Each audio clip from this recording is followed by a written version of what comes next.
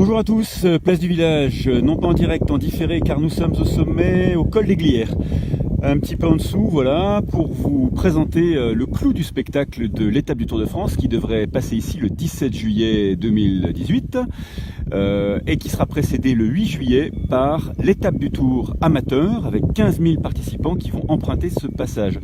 C'est une étape très dure, vous avez dû le voir dans la presse régionale, une étape très dure avec 4 cols, la Croix-Frie, la montée aux Glières par le Petit Bornand, qu'on vient de faire à l'instant, hein. Vous avez 6 km à 11% de moyenne avec des rampes beaucoup plus raides que ça, c'est une montée absolument terrible et qui fait très très mal aux jambes, je peux vous le garantir, et que la tarte aux pommes en arrivant aux Glières était la bienvenue.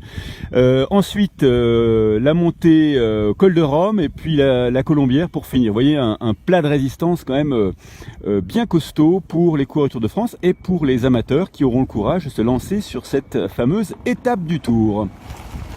Alors l'originalité de cette étape, évidemment, c'est qu'elle emprunte pour la première fois depuis la Seconde Guerre mondiale un itinéraire de 2 km qui n'est pas goudronné et qui va faire là encore très mal aux jambes, conserver un petit peu de lucidité en haut de la côte des Glières pour pouvoir emprunter ce chemin et éviter de crever évidemment à vélo et de perdre du temps.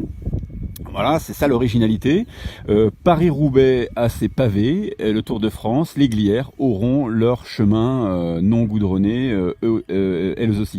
Voilà, c'est ce qui fait un petit peu l'intérêt de cette étape et qui fait un petit peu le buzz médiatique en ce moment, hein, car tout le monde parle de cette étape, qui est vraiment l'étape reine en quelque sorte de ce Tour de France 2018, qui a une configuration très particulière pour ceux que ça intéresse, puisqu'il est quasiment coupé en deux entre une partie à l'ouest vers la Bretagne et l'autre partie sur les montagnes.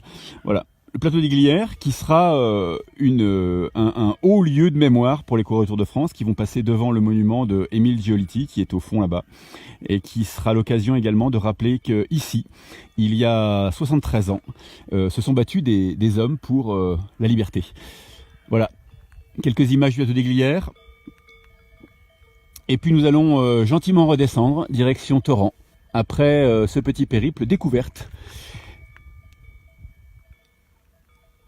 Voilà, toujours de belles images sur le plateau des Glières. Je vous laisse en attendant de retrouver le plateau, peut-être cet hiver, avec un autre paysage et un peu plus de blanc.